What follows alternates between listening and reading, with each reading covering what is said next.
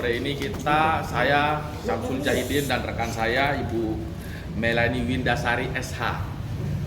Ini menanggapi kami kuasa hukum dari Dr. Lita Gading SPSI MPSI. Dokter ya, bukan dokter ya, karena beliau S3.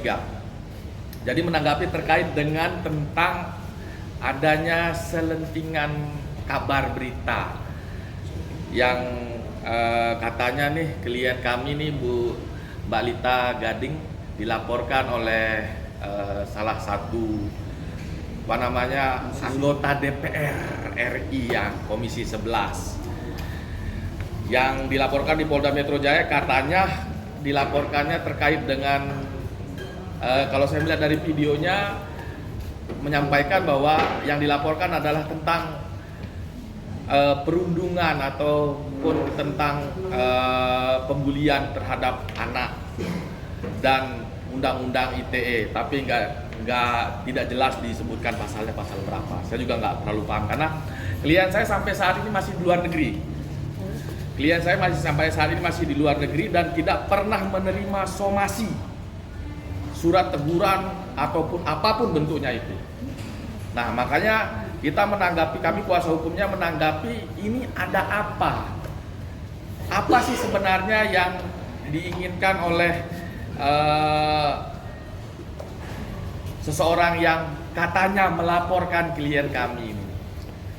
Mungkin kalau kami melihat dari video-video yang beredar bahwa videonya menyatakan karena ada video yang diunggah klien kami itu menampilkan foto anak daripada pelapor. Kita sebut saja pelapor ini, mohon maaf karena dia juga adalah pejabat publik Dewan Perwakilan Rakyat, anggota Komisi 11 Bapak Ahmad Dhani yang kemarin beserta pengacaranya ke Polda Metro Jaya. Katanya klien kami mengunggah video yang membuat itu menjadi perundungan. Nah, kami sudah pelajari dan analisis bahwa videonya tersebut tidak ada yang sampai membuat jatuhnya mental seorang anak, karena fotonya pun itu beredar kemarin. Di videonya ada menyampaikan bahwa foto-fotonya itu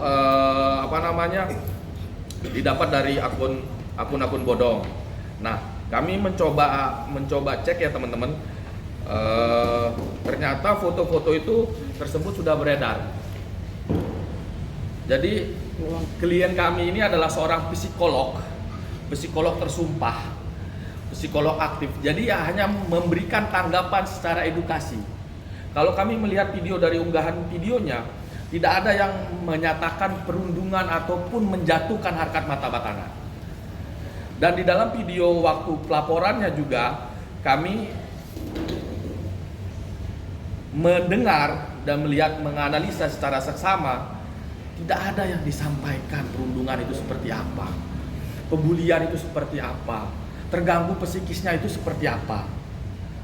Karena terganggu psikis itu harus dibuktikan dengan pemeriksaan psikologi, bukan ujuk laporan.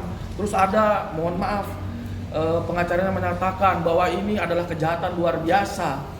Ini bukan kejahatan luar biasa, bukan extraordinary crime. Dan disampaikan di situ ada undang-undang ITE juga dilaporkannya, tapi nggak tahu pasalnya pasal berapa. Di sini saya sampaikan, mungkin rekan kita itu kurang update. Jadi untuk undang-undang ITE pasal 27, pasal 28 sudah dibatalkan MK dengan nomor perkara 115 dan 103 bahwa keributan di sosial media tidak dapat dipidana. Yang artinya mau laporkan dengan unsur pasal apa?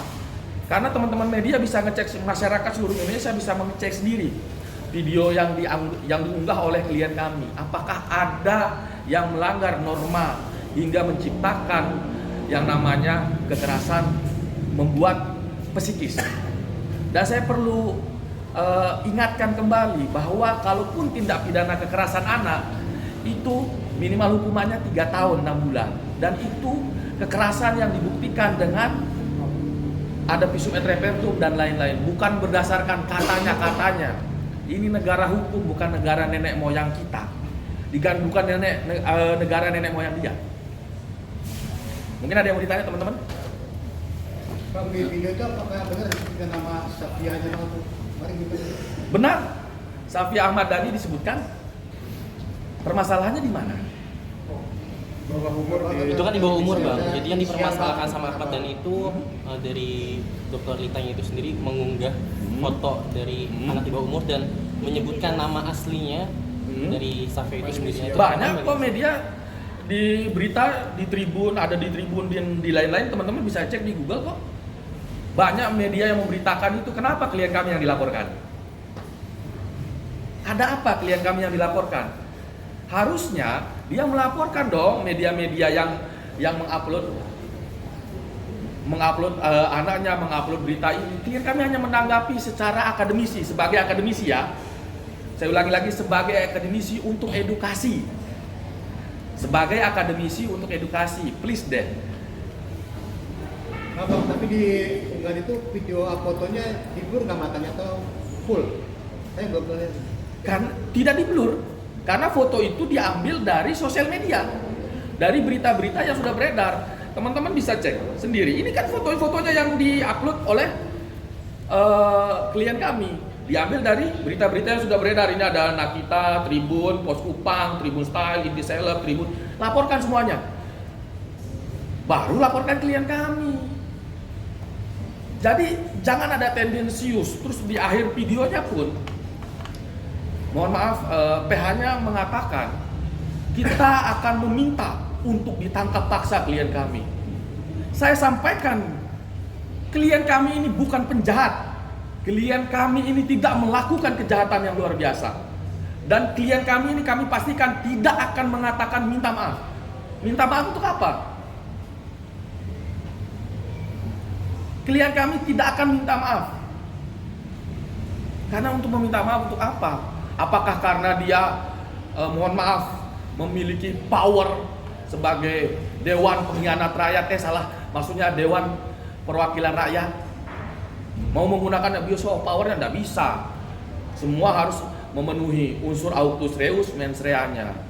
Dan sudah disampaikan di videonya sendiri, mereka pun sedih mengakui bahwa ini katanya video edukasi. Mereka menganggap itu bukan edukasi, itu kan anggapan mereka secara pribadi, bukan secara undang-undang. Kalau jika di dalam video itu dia mengatakan sudah diatur tentang Konvensi Anak tahun 1989, ini saya terangkan. Konvensi Anak tahun 1989 mengatur tentang perlindungan anak. Apakah pertanyaan saya, apakah anaknya beliau ini mengalami perundungan, mengalami kekerasan? Apakah sudah diperiksa di psikolog? Apakah ada terdampak? Dia sampai tidak bisa sekolah. Klien kami malah mengedukasi agar jangan dibawa anaknya. Coba dia ditonton videonya sampai selesai. Ada 3 video itu. Coba ditonton sampai selesai. Ada 3 video. Malah dia mengedukasi. Please deh, jangan lu bawa anak lu ke dalam permasalahan lu. Karena anak tidak ada masalah sangkut paut dengan orang tua. Ini rekan saya, Ibu Melanie Windarsari, punya anak juga. Anak perempuan, yang satu sudah 19 tahun, yang satu masih 15 tahun.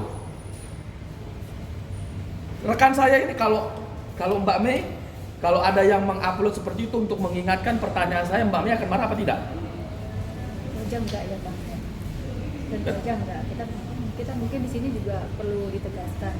Sebagai ibu tentu ya, sebagai ibu tentu kita nggak mau anak kita mengalami seperti perundungan. Tapi kalau di sini kalau kita lihat, kalau kita mau jujur, kapasitas ibu klien kami, Ibu Rita Gading, itu adalah sebagai profesional psikolog. Jadi pendapat beliau itu bersifat umum dan analisis psikologis berdasarkan informasi yang beredar di ruang publik yang sebenarnya memang ada, dan beliau menyatakan pendapatnya sesuai dengan kapasitas beliau sebagai psikolog. Itu aja sih. Jadi Mbak sendiri seorang ibu pengacara, kalau melihat ada video itu, apakah itu masuk tindak pidana apa tidak, Mbak? Menurut pendapat Mbak sebagai seorang ibu nih, sebagai kuasa hukum juga. Kalau saya melihatnya tidak sebagai perbuatan tindak pidana ya.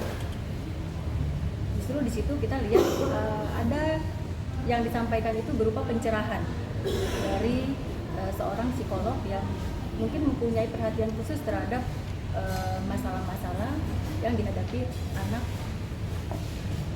terutama anak di bawah umur. Itu sih. Itu ya teman-teman. Jadi ini seorang ibu juga mengatakan itu ada yang salah dengan diri kita sebagai orang tua. Saya pun mempunyai seorang anak. Kita mungkin ada yang salah, tabayun dong.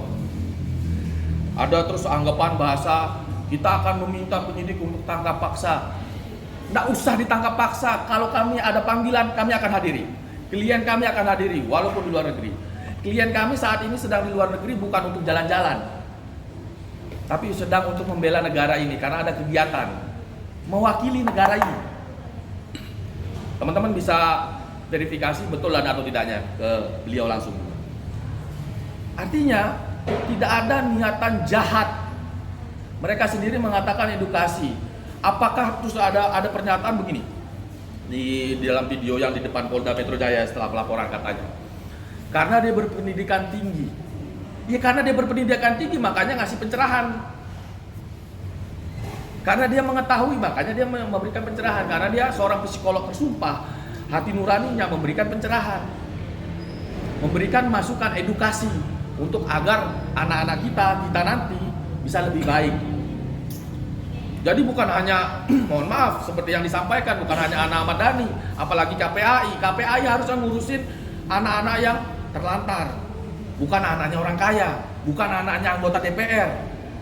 Sederhana sebenarnya. Kalau Anda tidak mau dipublish, jangan jadi public figure, jangan jadi anggota dewan. Apalagi sekarang sebagai anggota DPR RI Komisi 11 ya.